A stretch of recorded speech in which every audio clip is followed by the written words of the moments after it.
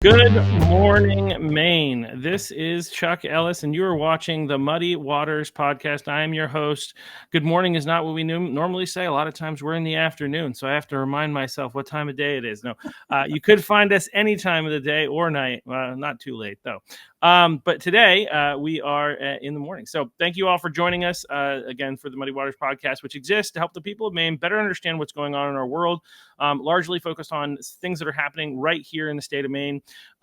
With the hyper focus on that. I think our last podcast was more general, focused on pros and cons that have happened under Trump since his election with Libertarian, the Southern Maine rep for the Libertarian Party, Dane Courtois. If you haven't seen that one, go and check it out. Great guy, great conversation. But today we have with us somebody who's going to be talking to us about election integrity, a very important issue, as we all know. So thank you for joining us, Dr. Frank. Good to be with you, Chuck. Thanks for having me. Yeah, it's always fun to talk about the crazy things that are going on in our world, and election integrity is definitely one of them. And Maine is a big place for that. I was just there a couple months ago and visited several of your counties. You have a mess. You have a real mess there. Your Secretary of State's one of the worst in the country.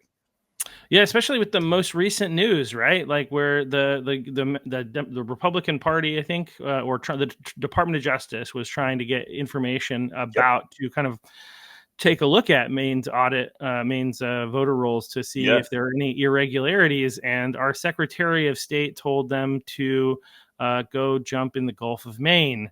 I think she thought that was cute. It's funny, but idiotic. It's like, oh, people are concerned about whether or not elections are fair, instead of like bringing some transparency and proving that they're not. If they're not, she refuses. And I think that's just a really poor decision. But obviously she's running for governor of the state of Maine on the Democrat side. And it's a ploy to get the very hard left people to vote for her in order for her to win the primary. So it's a clear political move. But anyway, I'll shut up. And so thank you for coming on, Dr. Frank. And I know that this is something that you were kind of one of the leaders, I think or I don't know if one of the leaders, but you're probably is the case in going around and educating people about election integrity and some of the things that are going on and what we can do to address it. So, but before we get into that, I just who are you? Where do you come from? How do you come to be doing this work? That's a loaded question, and take as much time as you like. Thanks. So I was raised in Northern California and thought I was going to be a physicist, and I was for about 40 years. I have a PhD in surface electroanalytical chemistry. That's why they call me Dr. Frank, because I was in academics for all those years. But all along, ever since my first year in college, I got addicted to differential equations. Okay. I was a math guy, so I did. I actually got a degree in mathematics. So so you know what that is, and you know what Fourier transforming is probably too. And once I learned those two techniques, I started modeling anything and everything in sight. I love. I've been modeling epidemics since 1980s, starting with AIDS. I've been modeling elections since 1980, because, in other words, I like to make models and then make predictions. And I've been doing that my whole career. It's part of my pedagogy in my classes as well. Well, anyway, so you can imagine what 2020 was like for me with epidemics and elections. And I mean, I'll just give you an example. In 2016, I predicted that Trump was going to be elected 13 months in advance. And that was, everybody's like, why are you saying that? And I was like, well, I could show you all the math. And that was when there were 17 Republicans in the primary. And so how did you do that? Well, I predicted every election up until that point. The first one I missed was 2020. And I really didn't know, why I missed it. I was like, but I was way off. And I'm like, wow, I'm really confused. I don't understand, but I'm busy. So I'll figure it out later. Well, then the state of Pennsylvania called me and said, hey, would you help us do our audit? I don't know if you remember, Doug Mastriano, senator there, requested an audit in the state of Pennsylvania late November. And I was one of 6 people brought in by the legislature to audit their election. So I got inside information, anything I asked for. And boy, oh boy, was that an eye-opener for me. I had no idea how much fraud there was until I did that. then I understood why I couldn't predict the election because there was so much fraud in it. What happened was um, I did that, and long story short, I found all kinds of funny business. Let me just tell you one story from Pennsylvania because it'll help you understand what I'm doing around the country. It's a long story, but there were 4 Supreme Court cases from Montgomery. 2 of them, I was in 2 of them, Montgomery County, Pennsylvania, and I was in 2 of them. And what I found is that I downloaded all the data for Montgomery County since 1900. And why would I do that? Because then I build models, and then I could find things that deviated from the models and track it down. And sure enough, I discovered something. I discovered that 6 weeks before the election in 2020, 50,000 voters were added to the voter rolls in a county with only 500,000 people in it. So it's like, boom, all at once, within 1 minute. Nothing funny there. It's yeah, and all 50,000 of them voted in the election. Then there's nothing funny there. And then all 50,000 of them were removed from the rolls by the end of December. What? So I called my one of the legislators, and he put me in contact with the Secretary of State, Bookvar there. And I said, "Why are you removing those people from the voter rolls?" And she said, "Because they moved away." And I admit I was shocked by that answer. I wasn't expecting that answer.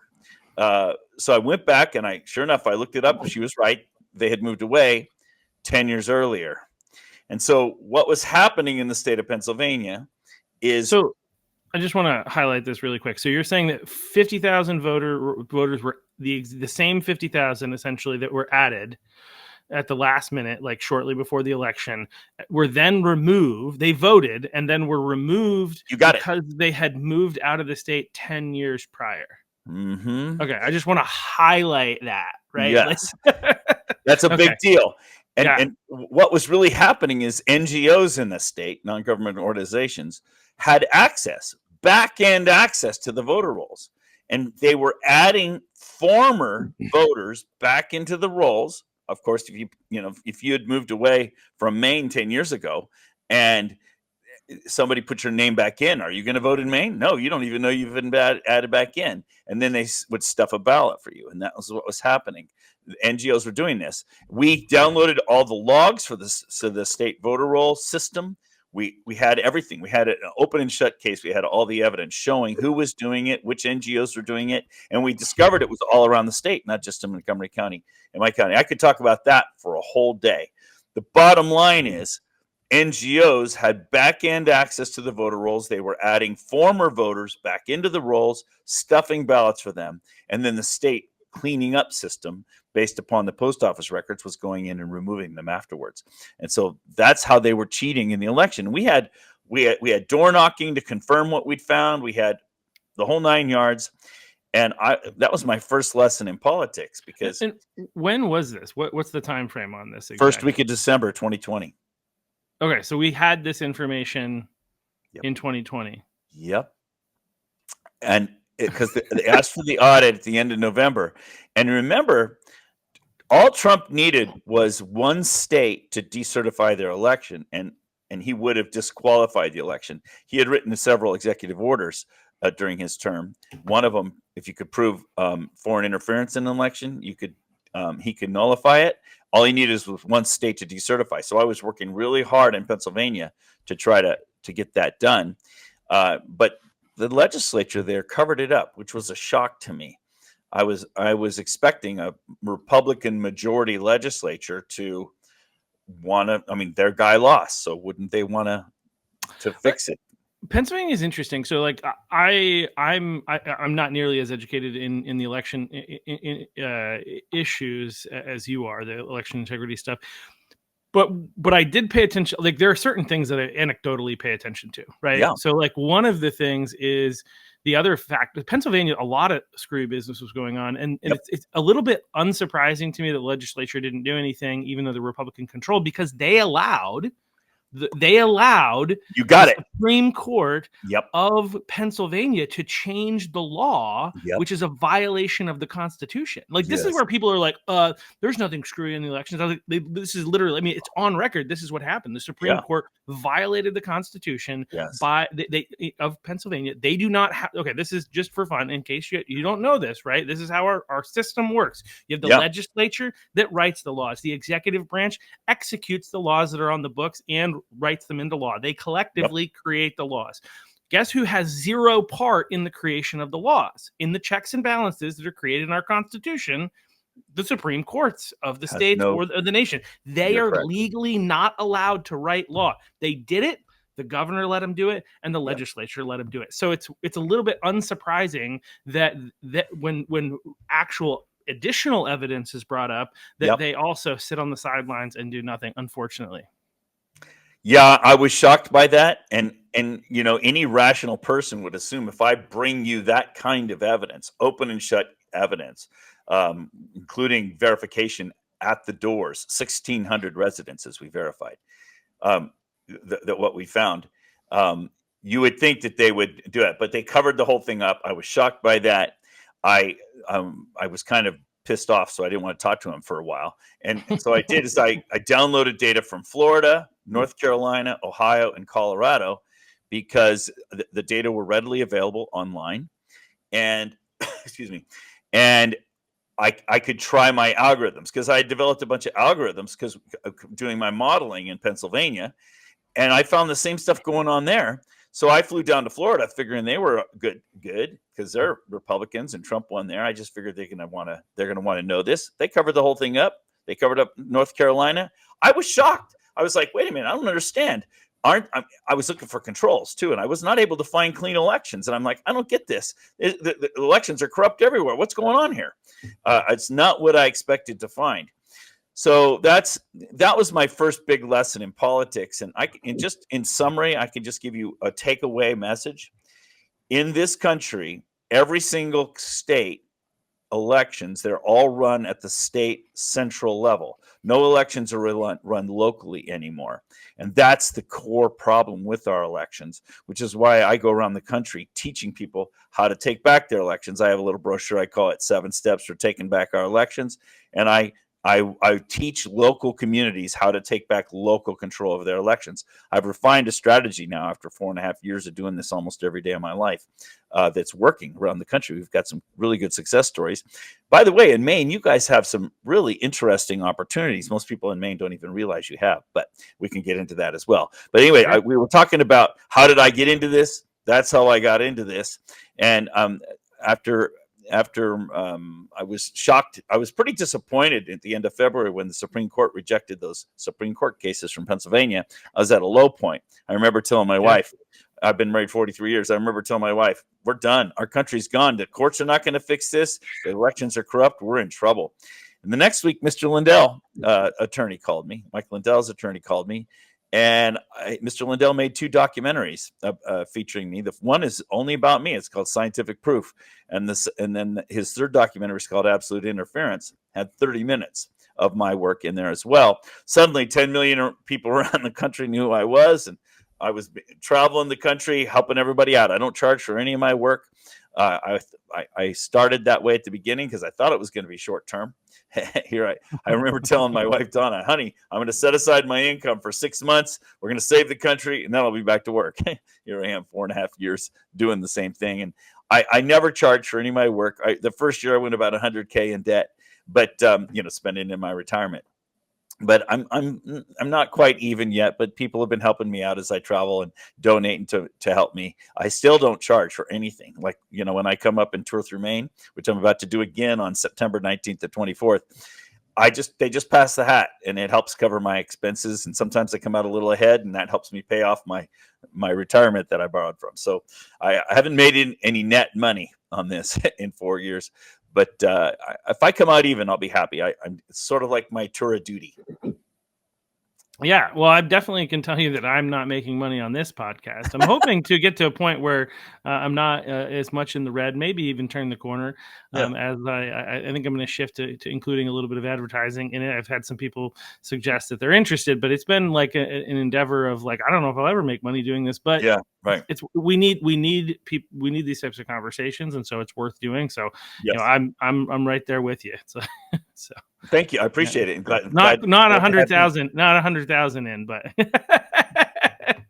Well, honestly, when I met Mr. Lindell, he told me he had $30 million in liquid he was going to spend on election integrity, and and that just impressed me. And I thought, well, if he can spend his 30 million, I can spend my 30,000, and right. and he's in pretty serious debt now. I and I'm not.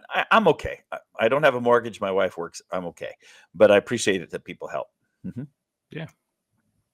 Well, so that's how you got involved, Yes. was through that. And so what have you been doing since then to kind of, to continue? Obviously, outside of like letting people know about the different irregularities, and maybe we should Sure. talk about what are some other things that people, well, Yeah. maybe need to be mindful of and pay attention Yeah. to. And so what are some ways that we can spot and find issues so Beautiful. that we can highlight what's going on?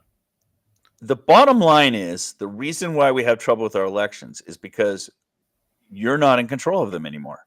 Somebody else is. Stalin said it's enough that the people have an election. It doesn't matter who casts the votes. What matters is who counts the votes.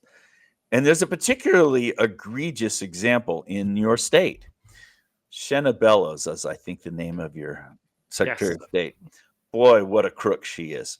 So when I was touring recently in your state, I met with a congressional candidate for Congress, and there were 3 areas that he represented. I think they call them districts there, and he had won overwhelmingly the night before, big margin on election night in 2024.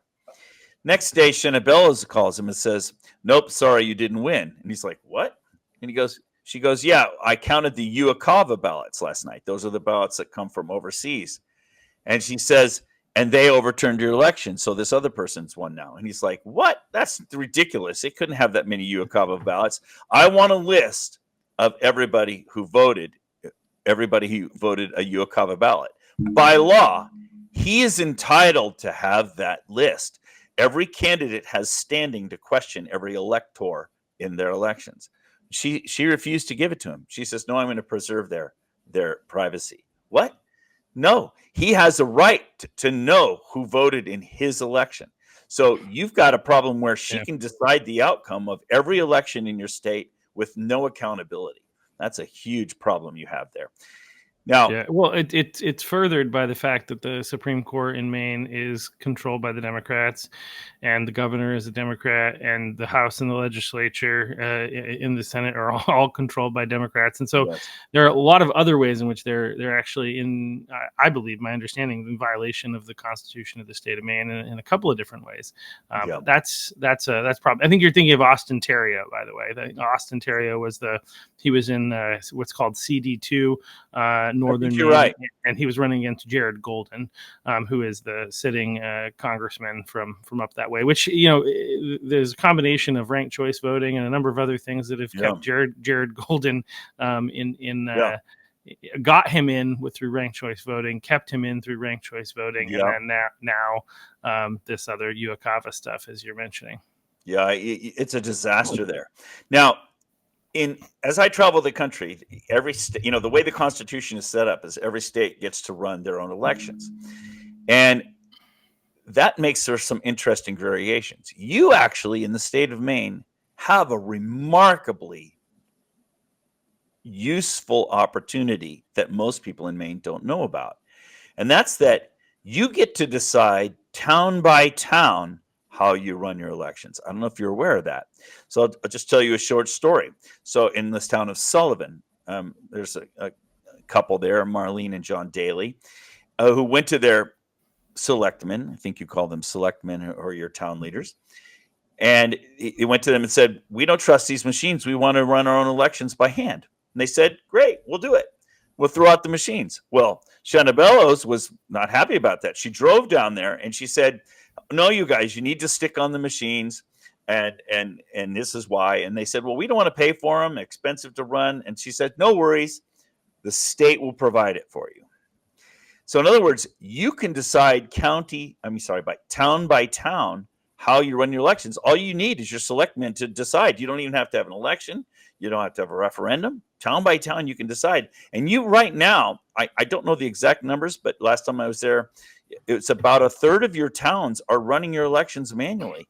There's no reason to not do that. You got some small town with 200 people in it. You don't need a fancy electronic system. You can have the list of the voters in a binder. People can show up and you can vote on, and you can vote on paper and count it that night and nothing flat. So there's no reason for you guys as a state not to take back control of your elections and taking back control of your elections, and you just do it town by town by town. That's why I'm coming back. I'm teaching these people that you have this ability and showing them how to do it. And there's several steps to that. But the point is, the reason that I'm successful is because I teach people how to look at their voter rolls and how to find fraud in their election. And when they find fraud in their election, they're like, wait a minute, how is this happening? And the answer is, because you're letting somebody else control your election. If you were controlling your own election locally, you wouldn't have allowed this. And so that's what I do. I teach them how to find fraud and then teach them their own local strategy for taking back local control. It's pretty successful. I'm excited about Maine. Oregon has a similar situation. Wait till you hear what's about to happen in Oregon. I've got several counties there that are about to step forward and take back local control. That's a big deal. I've got Northern California. I've got a county there, Shasta County. Southern California, Huntington Beach. It's a charter city. I've got them I've been helping them. So around the country, I just gave you a couple of examples. Yeah. We don't break any laws. We use the laws to empower the citizens. The basic concept is Jefferson said, if a law or policy compromises your constitutional rights, you have an obligation to not comply with it.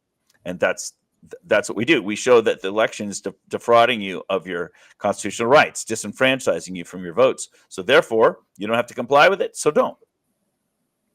Well, there you go. Yeah. Good to know. Wow, that's I definitely didn't. I was not aware. But so part of the problem, though, so definitely there's some opportunity in some of the towns. Unfortunately, many of the towns here in southern Maine, in particular, are controlled by the Democrats, and I agree. There's a lot of work that needs to be done there to be able to try and take back. We agree those things, but it's northern counties. You're just full of red towns, man. Absolutely. I tell people Maine is a red state with a few blue dots, and it's the same in Oregon. 30 of the 36 counties in Oregon are red counties. Yeah, absolutely. Yeah.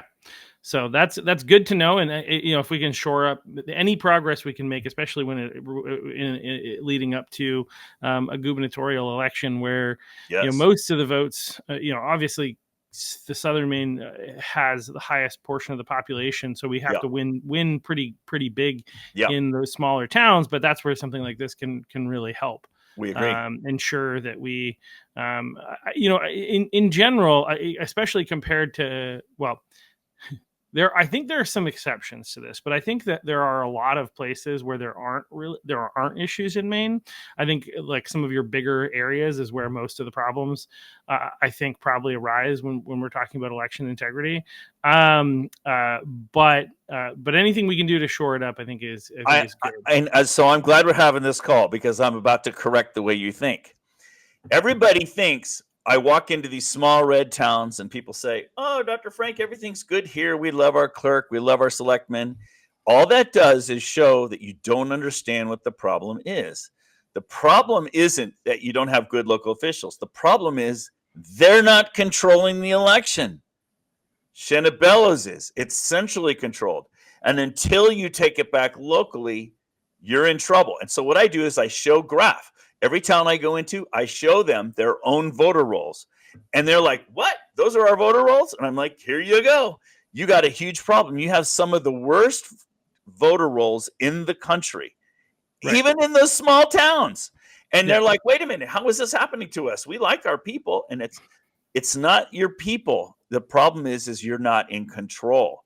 You need to reclaim control, and when you can reclaim control, then you'll have integrity. So I know what you're thinking. Everybody thinks that at first. Well, we're good up here, Dr. Frank. It's just down there where the problem is. You have the problem in every part of your state because the elections are essentially controlled.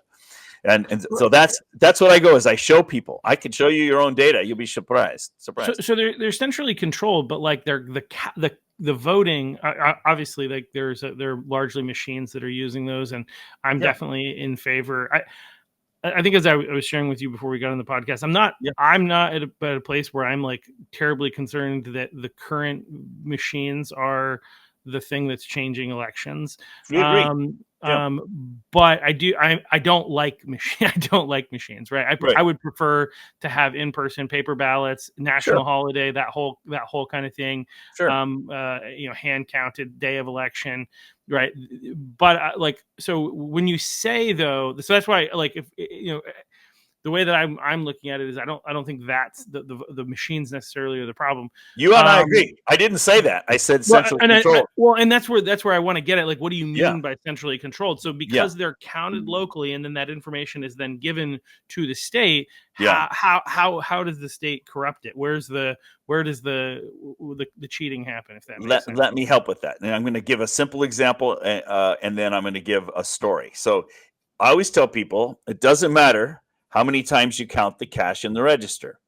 What matters is how many of the bills are counterfeit. Mm-hmm.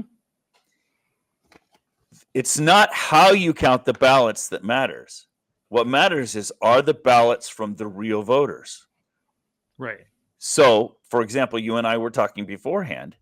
We know that your voter rolls are full of non-citizens who are voting. Yeah.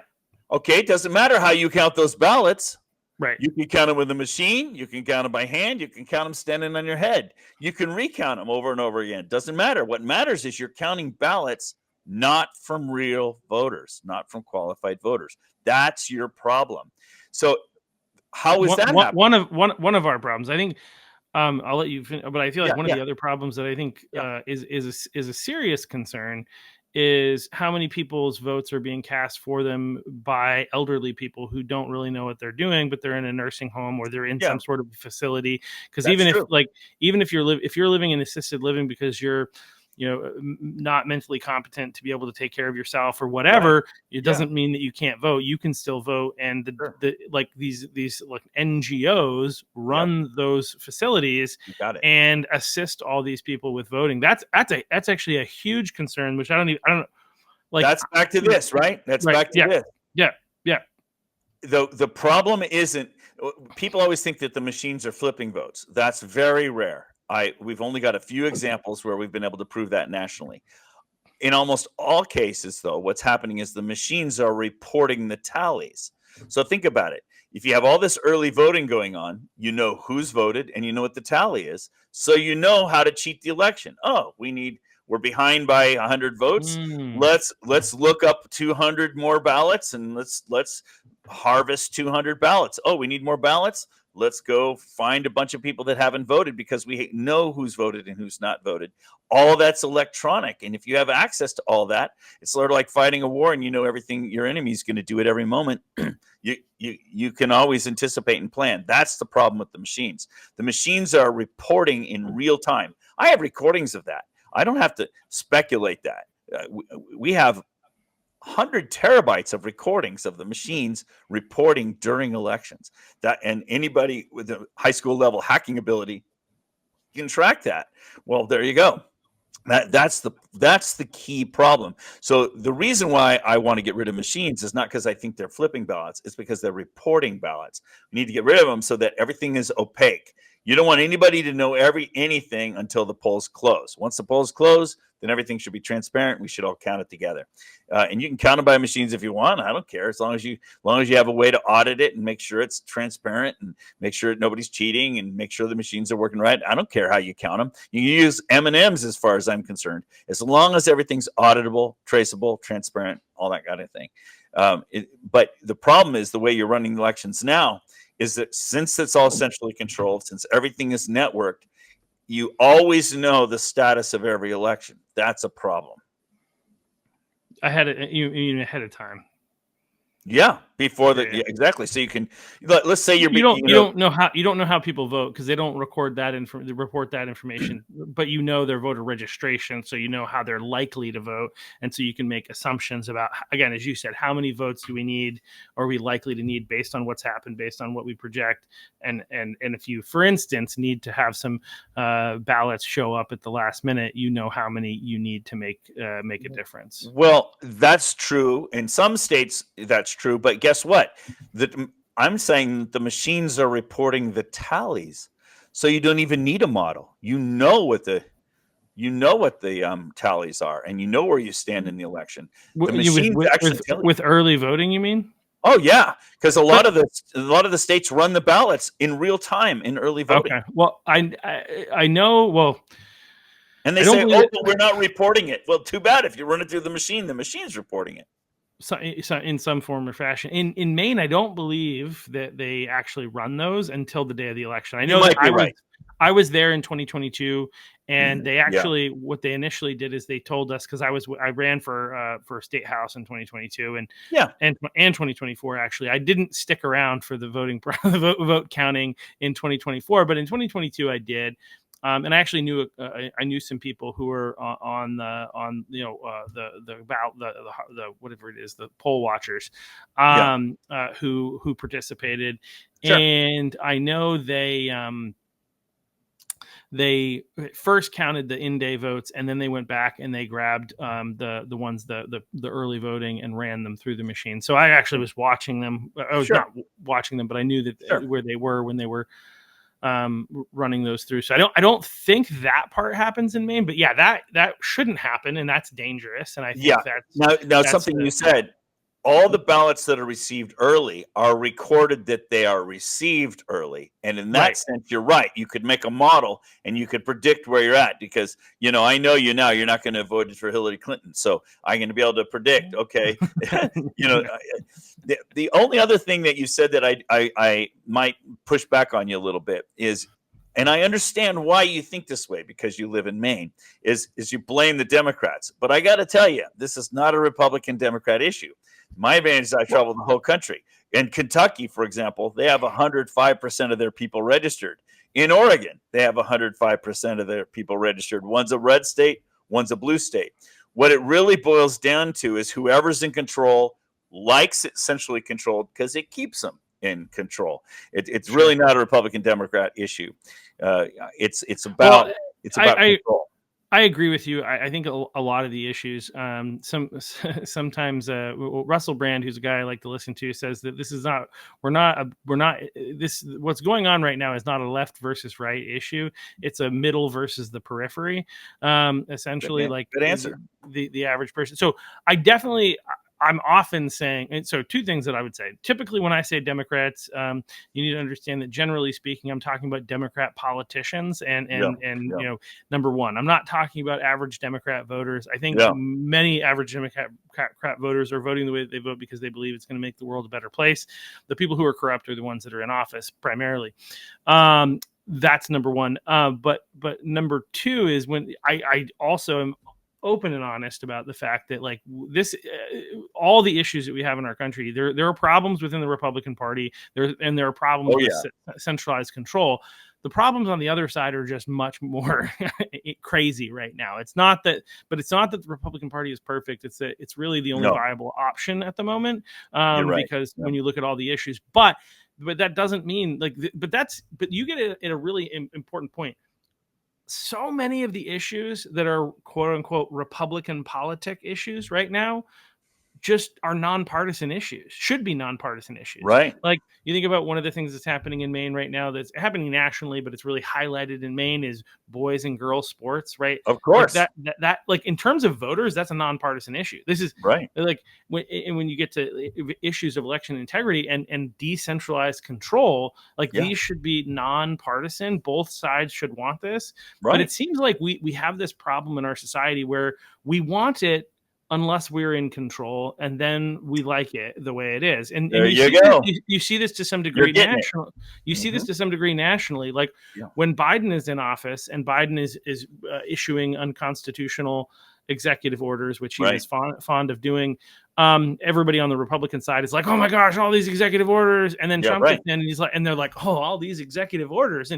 And I think one of the big differences is most of Trump's executive orders are constitutional. There are some that have been challenged and he's lost on, but largely they are constitutional. However, I do think that the amount of power that the executive branch has grown to have in the United States is dangerous. Again, you're talking about where you're talking about with elections is centralized, as you said, centralized power and control is a bad thing. We need to neuter the federal government and give the states back essentially their rights. In general, some stuff there is a jurisdiction where federal needs to be in control of certain things, but it's taken way too much power and control.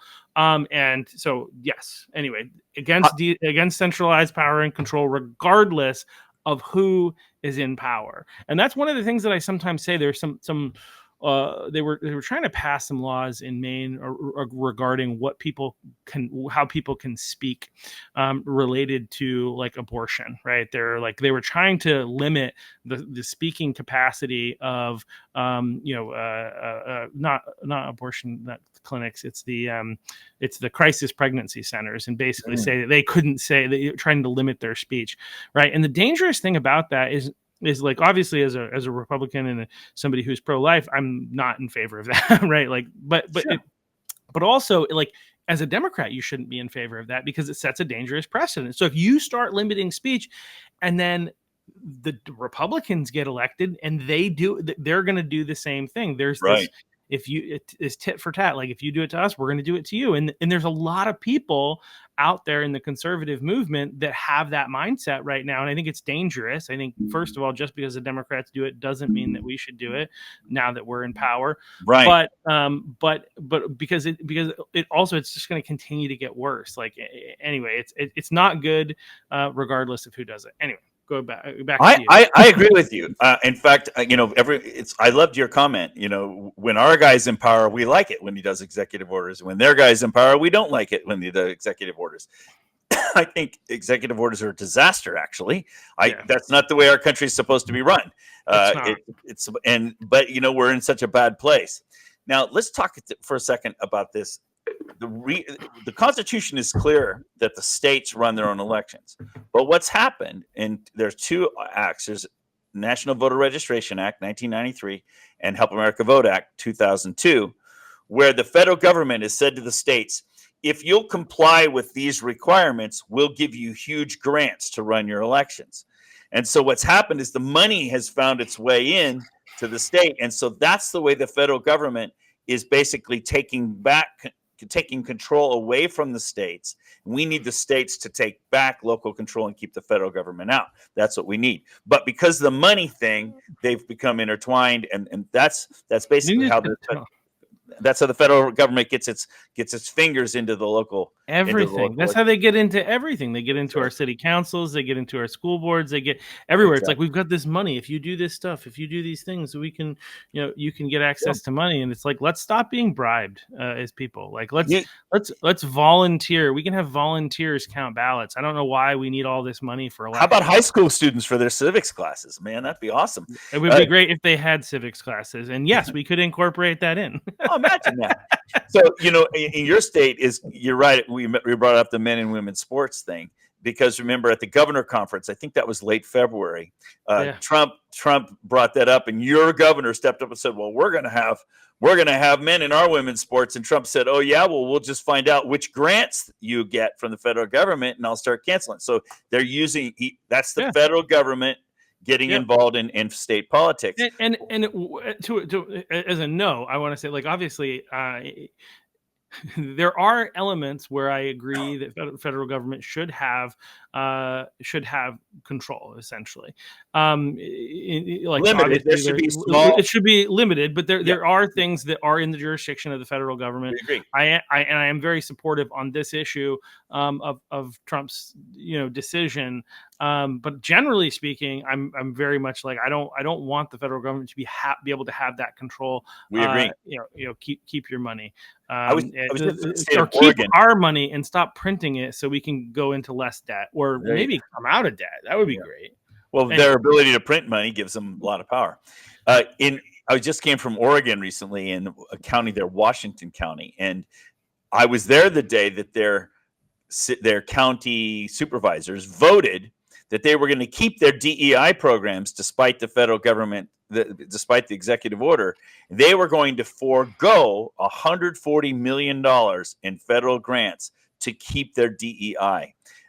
But so that's basically the fight that's going on. It's, do you want the federal money or not? If you want the federal money, you have to comply with whoever the executive orders. So that's this whole wishy, it's overlapping control and the federal government getting locally involved. I used to say when I was a youngster, I'm 64 now, but when I was a youngster, I used to say, I like it that Nevada has prostitution. I don't use prostitutes, but I've been married 43 years. I'm keeping it that way. But I liked it because to me, it was simple. It illustrates that every state makes its own laws and its own norms. And we're a federation of states. We're not, the whole idea is each state's supposed to have its own constitutional authority. Its own authority, and they compact together to allow the federal government to do some things.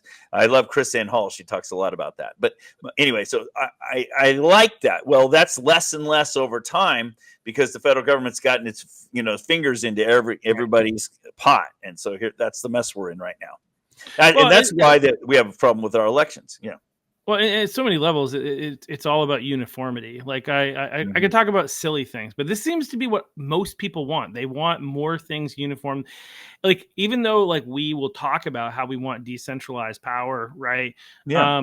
Everybody is still using either a Google, a Microsoft, or an Apple platform to be able to access information, right? We say that.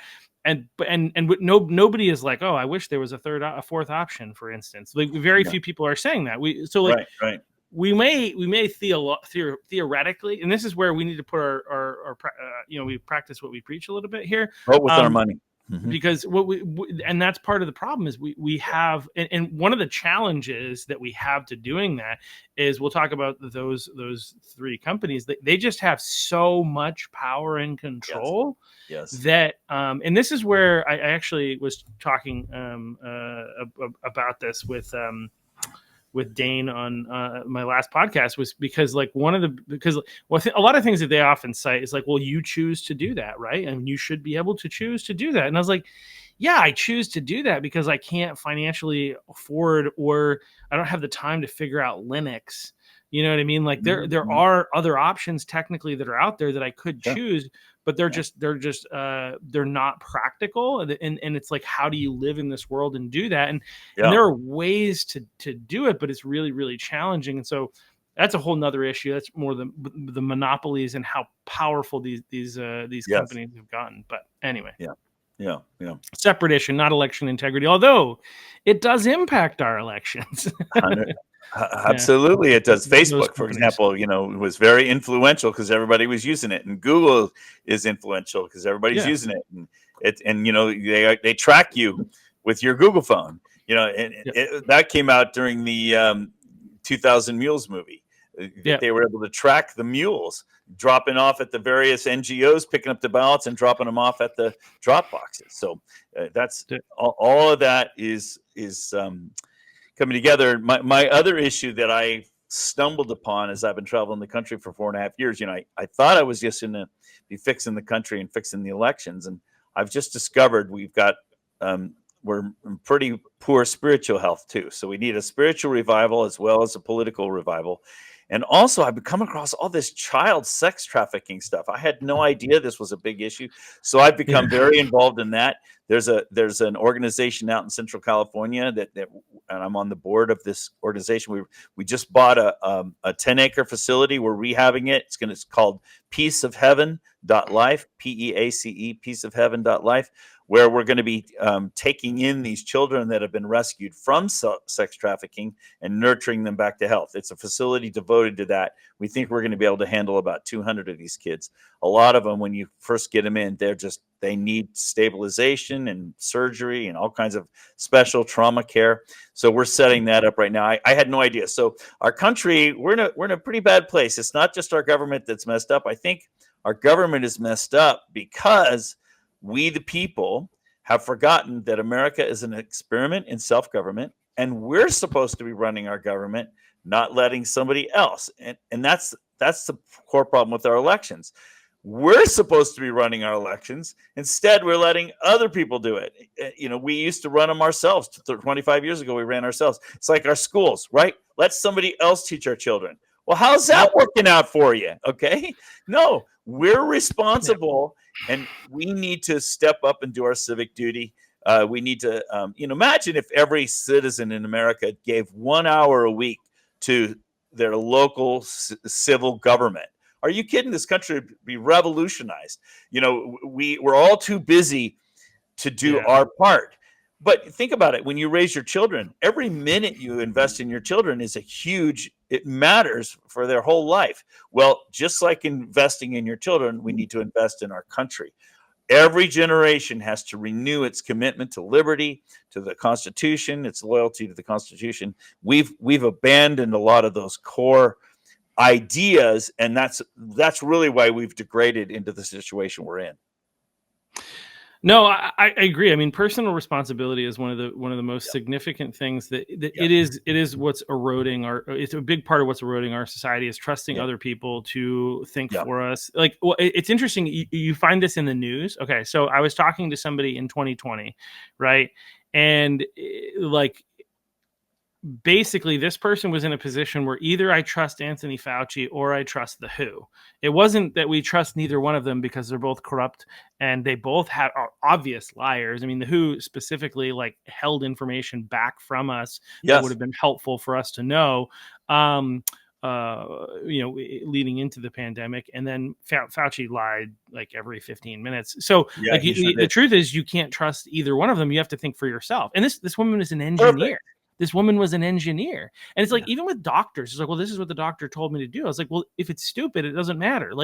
We have to be thinking people who take responsibility for our own actions and understand that we, but it's interesting. You mentioned about the spiritual renewal. Cause I agree. This is one of the things that the more I dive into this, the more I realize that without God, I'm a Christian.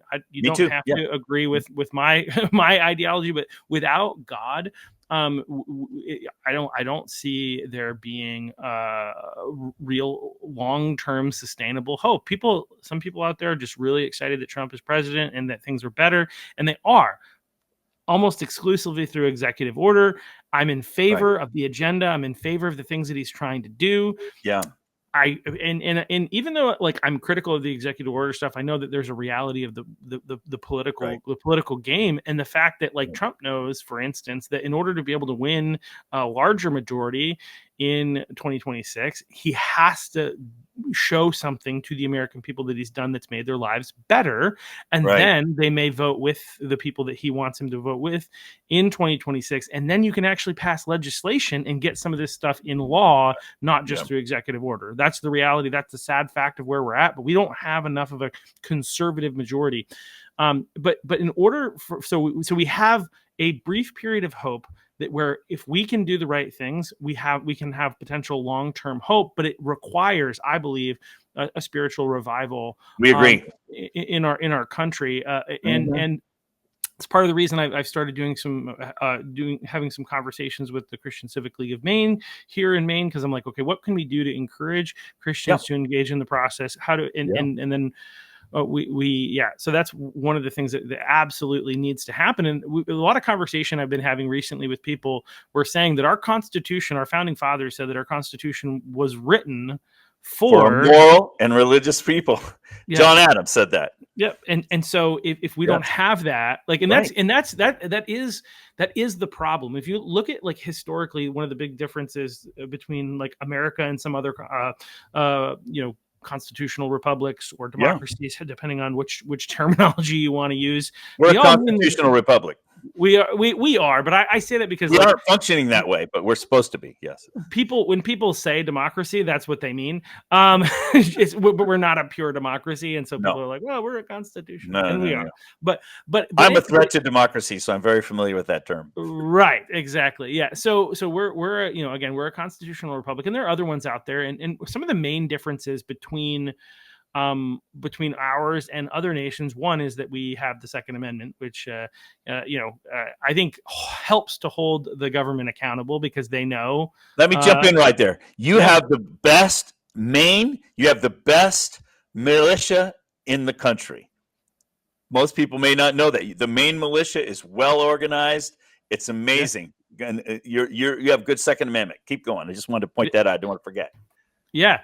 And so that's one of the big differences. But the other thing is, like, one of the things that I thought about a lot as things started to go crazy during the COVID time, and even probably leading up to that, is like the laws only matter, right? And the Constitution only matters if people care about it and people follow it. Because if you elect a bunch of people who don't care, like, I mean, this is one of the things that we see here in the state of Maine. Again, we can talk about, this is not a Democrat versus Republican thing, although here in the state of Maine, it is a Democrat thing, right? So the Democrats have control of the House, they have control of the Senate, they have the governor, and they have the Supreme Court. So they can literally, I mean, and they control all the DAs throughout the state. Yes. They control the through that, they control the Maine state state troopers, right? And so, like, when you look at everything, it's all controlled by one party. And so, like, if they violate the law, like they have done, Shenabellas was corrected by the Supreme Court and was forced to allow Trump on the ballot. So it's good that we had some federal involvement there because it was necessary to protect our rights. But they would have done it. I mean, the Maine Supreme Court was I don't think they had even ruled on it, or they were waiting to rule on it until after the U.S. Supreme Court ruled on it. But if it was up to them, they probably would have approved it. You're right. Here's the reality. And so the problem is that you have immoral people who are in power and they don't care about the rules, right? And so the rules don't matter at that point, because we have, again, one of the other things in our Constitution here in the state of Maine is we have a balanced budget. We have to have a balanced budget. So when they create a budget, it has to balance. Now, they didn't do that this last election, this last cycle. They well, exactly, like, and some of the people on the Republican side are like mad at the GOP, or they're mad at the people in the House and the Senate, and like, why don't you do more about it? It's like, there's nothing we can do. There's no legal recourse. We go into the courts, the Democrats rule against us. We try to propose legislation, we get voted down. Right. What can we do? And that's the concern with an immoral people, and people who won't care about the law. Now they'll cite the Constitution where they think it favors them, but when they're in clear violation of the Constitution, they don't care, and they really don't. They're like, well, they literally would say things like, well, the ends just. They wouldn't use the words "the ends justify the means," but they'd effectively communicate that principle. So what you can do, you're not going to fix your legislature, right? But you can fix your local school board, and you can fix your local selectmen. And Plato said the consequence for refusing to get involved in politics is you end up being governed by your inferiors. And what's happened is on the conservative side, people are like laissez-faire, that you can live your life the way you want. So on the conservative side, people are like focusing on their own lives and leaving other people alone. The problem is, we need conservative people involved in government too. Otherwise, we're going to end up being governed by your inferiors. And there you are, right there. You have really poor leadership in your state. It's time for we the people to re-engage, and you can do that at the local level, and that's super important. One of the things we didn't talk about was in your voter rolls that the non-citizens were in your rolls. That was in the Maine Wire. That's not a speculation. We have evidence that that's real. And so why isn't your own government cleaning up your own rolls? That's a big question. Go ahead. I'm sorry. Yeah, well, no, I was just going to say, to further your point, so the Maine Wire did a lot of really good reporting on this, but I've also had some other experiences where I've sat down with a major housing organization that is a for-profit organization, although I think a lot of people think it's a nonprofit, that told told me and somebody else, because the organization I was working with was seeing about having them potentially manage a property, and when they talked about the things that they focus on, I think there were like 4 things. One of them is voter registration. This is an organization, right? That gets a ton of money from the government for housing to exist, qualifies for grants, all this other stuff, makes a ton of money off of the government.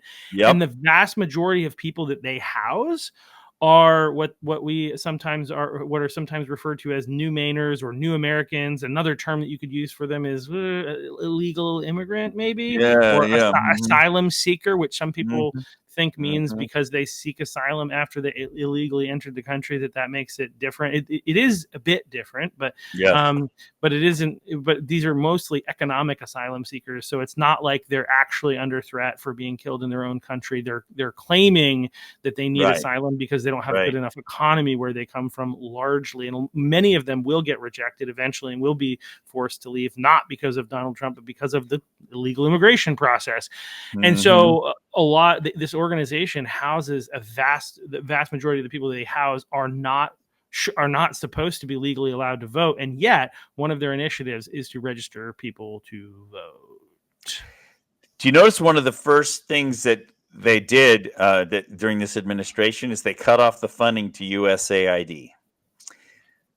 That is the money that's flowing back into your counties through these NGOs, and that was a severe hit to what you're describing.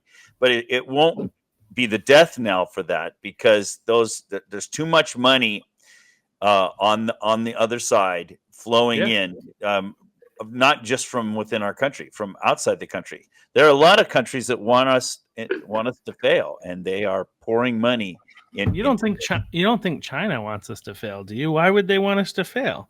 You saw the article Kash Patel about 2 months ago showed that they had 1 million fake driver's licenses and 1 million fake ballots that they discovered before the 2020 election in October. The FBI had those. If you hadn't seen that, Kash Patel just released that recently. That's crazy. And so, that's China trying to manipulate our elections. That's not an accident. That's for real. Yeah, well, and just for fun, we'll bring up Shenna Bellows again, because she could fix this, right? The Main Wire had their reporting, right? And they said there are these people, we have whistleblower stuff that's showing these people are receiving benefits. They're receiving benefits from some agency, and some of them that were receiving benefits were not receiving certain federal benefits because they were not legal citizens. They were not citizens. They were either illegal immigrants or they were permanent residents. But either way, they were not legally allowed to vote. And yet they checked the voter rolls, and these same people were registered to vote. Some of them voted. Some of them voted. At least one of them I know from some of the reporting voted in 2024. So we know, right, that there are people who are not citizens registered to vote and voting here in the state of Maine. And in response to that, what did they do? Well, their response was that they wanted to know the names of the people. That's what they wanted Main Wire to release all the documentation that they had that they'd received to prove this. But they had zero interest. They refused, and they tried to say that it wasn't possible. They couldn't legally cross-reference all the people that were receiving benefits. That's because it violates HIPAA. Mm-hmm. Mm-hmm. Yeah, that was their claim. But in the case of an election integrity issue, I think that they can make an exception. All you have to do is have probable cause in a court order, and you can cross it. And we had that. And by the way, we have probable cause. What happened in Maine was a follow-on to what happened in Central California. We did this in a mountain county and found the same thing. It was a Medicare Medicaid contractor who has a list of all the citizens, cross-referenced it to the voter rolls, found a whole bunch of people that are non-real voters who were voting. Non-citizens who were voting. They convened a grand jury, and the grand jury said, well, when we looked into this, these non-citizens weren't the ones who were casting the ballots. Somebody else was harvesting their ballot and casting their ballots for them. So who do we prosecute? So nothing happened of it, and that became public knowledge on social media, which is why the group in Maine picked it up and why it made it to the main wire. That actually started in California. I'm familiar with that situation. So Yeah. it's not the citizens, it's not the non-citizens that are voting. It's the NGOs that are harvesting those ballots from the non-citizens and using those ballots. That's the real problem. And the problem is you can't prosecute it because who are those people? You have to track them down and to find out who actually did it. That's why 2,000 Mules was important, because it shows you could track them down if you wanted. Yeah, and I'm not so like obviously like if we could absolutely catch and figure out who is doing this, I want them to be brought to justice. But I'm actually less concerned with that. I'm much more let's go up the river and stop it from happening than deal. Me too. I'm the same. Because like I don't think that I think that it's, again, let's pursue it, but like I think what we do know is that we can fix this problem, and we could do that cross-reference and then just remove all those people from the voter rolls. Boom. The most of the concern is gone, because I agree with you. I don't think that the vast majority of those people, I think there's probably some that know what they're doing and they're voting illegally. Very few. A lot of them don't, because I've researched this. Very few. One of the stories that Steve Robinson told, I think when he was on the podcast the day before the election last year, was of this woman who was a translator, an interpreter, and was doing interpretation for this woman who had illegally entered the country from like El Salvador, and could not speak English. And it was known that she had entered the country illegally. And as this woman's translating for her with somebody who's getting her the benefits that she's going to get for living here in the state of Maine, that person gave the translator a voter ID card for this woman to fill out. And she's like, I can't. And the woman, the translator, is like, I can't give this to this person. They don't know what they're doing, and this could cause them not only to get deported, but to never be able to come back into the country. Exactly. Right? The penalties of we actually, I mean, this is not anecdotal. We have people who this is real. This is happening, and it needs to be addressed. And it could be addressed if Shenna Bellows wanted to prove that she was actually a person of integrity. She could address this. I would actually make it really, it would really help her chances of getting elected. I've been to her office. She does not want to address this. And so I think that we, the people, we always look to the courts, or we always look to the government, or we always look to somebody else to fix it. And as long as we're going to do that, nothing's going to happen. We have to take back responsibility. We have to fix it. And the place to start is local. So what I do is I teach people how to find local fraud, just like you and I are talking about right now. Then you go to your local DA and you say, here is probable cause. That gives him the ability to go to a court, to a judge, and say, I want to use the HIPAA. I want to use, for my county, we're going to clean our voter rolls in our county. You have probable cause then. And then if your own local people won't do it, then you go public with that, and you raise a movement within your own community that your elections are being stolen. That's what it boils down to, and that's how you take it back, especially since so many of your towns are really red towns. You shouldn't have problem in those towns. And when you find that you've got the fraud in your own towns, they're not going to be happy. And the reason it's there is not because there are bad people there. It's because it's centrally controlled by the state. That's the problem. Yeah, no, I absolutely. That's really great stuff. And you're gonna probably, when you're here in Maine, you're gonna be educating people on exactly how to do that. It's the 7 steps of taking back our elections. And you talked another thing about going local. You said this earlier. I just want to highlight how important it is to get involved in your local school board, get involved in your local city council, because you get to hear really crazy things. I just for fun, since we're talking about local, I want to highlight something that happened, comments that were made at a recent city council meeting here in my town of Westbrook. And if you go to your city council meetings, you'll see these things happen. You can get them put on the internet so that more people know about what's happening, like the example that I'm about to show you. So let me do that real quick. I have to hit the share button and do it right. All right, here we go. Have all their documentation. They don't. And if a citizen is, as Councilor Organjo was saying, knows that they are here legally, they have all their documentation, they don't have any criminal, they don't have any reason to be arrested. If there are people around and they do get a call out to you guys and this person's saying, I don't know why they're taking me, I got nothing to, if there was time for that, is there a situation where you guys would ever challenge the feds to say, can we see your warrant before you take our citizen? No, I don't think, I mean, that, maybe to ask them if do you guys have a warrant? But we're not going to obstruct.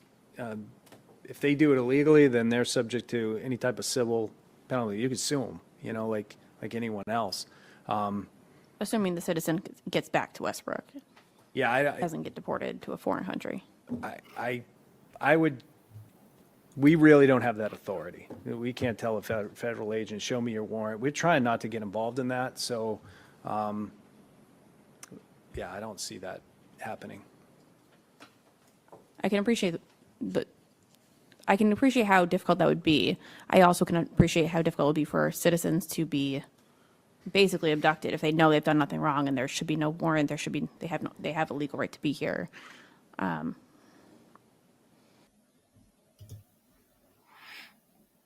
That's why you need to have sheriffs, because the sheriff is a constitutional officer.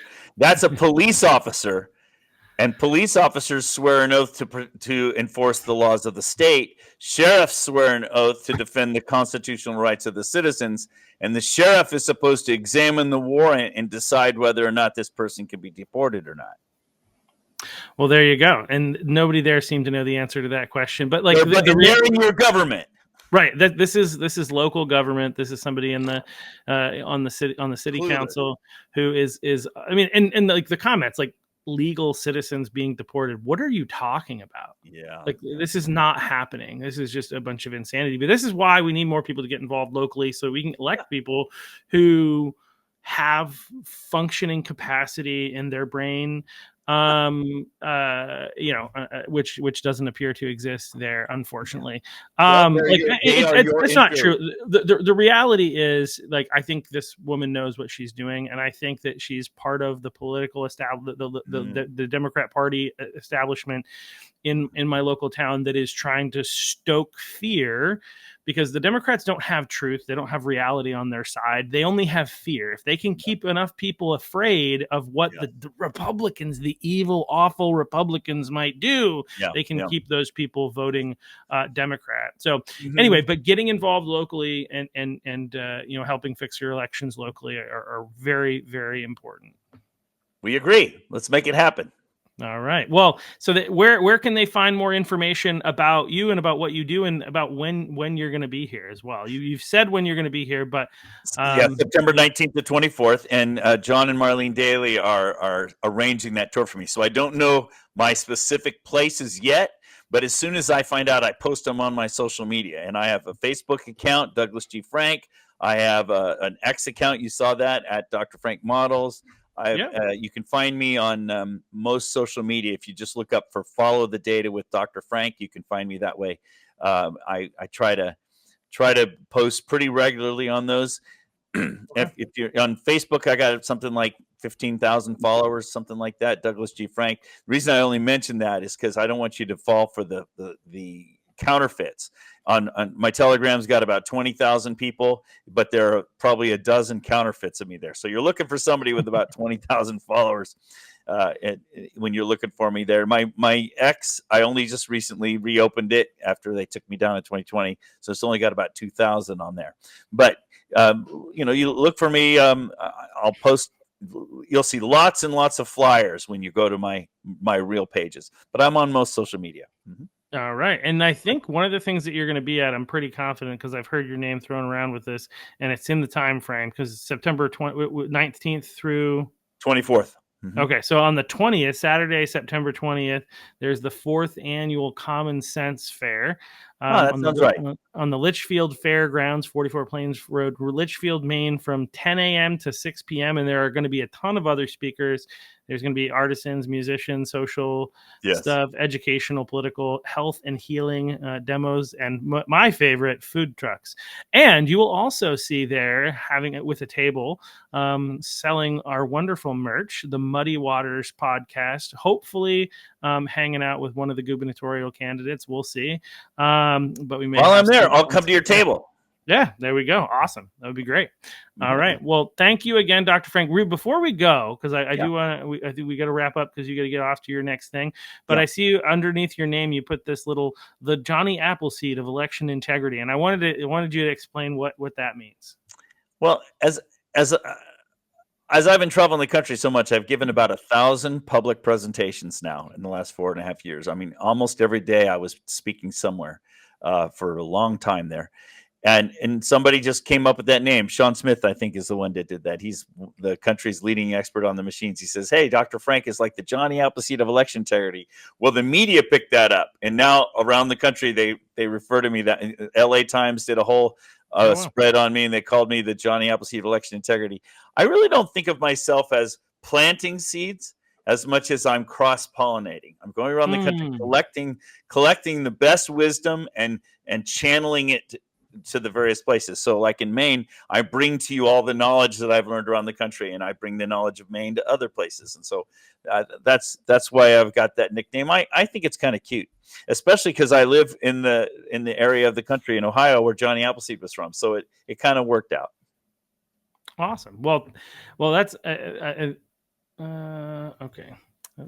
Sorry, just got something. Anyway, so that's awesome. I appreciate what you're doing. And again, I think, what's making sure that we have free and fair elections is it's paramount. We can't have a society where we trust what's going on if we don't have free and fair elections. And that's one of the things that is like, it seems like it's an obvious, again, this is not a partisan issue, but right now it is a partisan issue because like the Democrats don't want to do things that are necessary. Like this year, two things that are coming up just for fun. We talked about the Second Amendment earlier, and we're going to talk about voter ID. So voter ID for me, you can go to voteridforme.com. On the ballot this year is going to require ID in order to be able to vote, in order to be able to register to vote. And on election day, you're going to have to be able to bring ID, Maine state ID.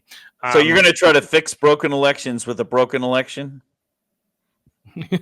What do you mean? Oh, this is the challenge. Yeah, I mean, obviously, and the way that it's worded, this is the thing that's going to be great fun because Shenna, she keeps coming up. Shenna Bellows, this lady, she doesn't believe in free and fair elections. I don't think. No, she doesn't. She uses those words, but the reality is the vote itself on the voter ID issue she's really twisted.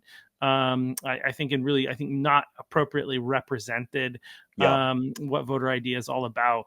There are other elements involved that are all focused on election integrity, and they have been twisted. But that's where we need people to show up. We need people to vote. We need people to look out for crazy things that might be happening, so that we need people to think. Yeah, not just trust, but think, or trust but verify. Or now, let's just verify, and then maybe we'll gain some trust down the road. There you go. But yeah, so voteridforme.com, check it out if you haven't already, and make sure you show up in November. Second reason you need to show up in November is the Second Amendment issues, is that there is a red flag law which is going to make it legal for the police to show up unannounced. If somebody reports that there's something wrong with your mental health, they're going to be able to show up unannounced and take your weapons without due process, which is also going to lead to potential serious issues. If somebody shows up to somebody who is a 2A person's house unannounced and they don't know who it is and it's dark at night, there may be some shots fired. And my gun's coming out then, you bet. Right. That's a dangerous thing, even if you are concerned. And we already have a yellow flag law in place, which probably is not as constitutional as I would like in the first place. But it also provides a much better approach to the issue that we're dealing with there. So not only is it dangerous, but it's also unnecessary. And most importantly, it's unconstitutional. So be sure to show up and vote in November on those two issues. Thank you all. Also, feel free to check out muddywaters.us. for if you want to check out any of the merch or any of the previous or future podcasts. It's all there. You can buy nice hats and represent us in public. There are some focused on boys being boys and girls being girls. There's some t-shirts that you can wear that talk about that. So be sure to check that out. Thank you all for watching, and we'll see you back again next week. Thanks, Dr. Frank.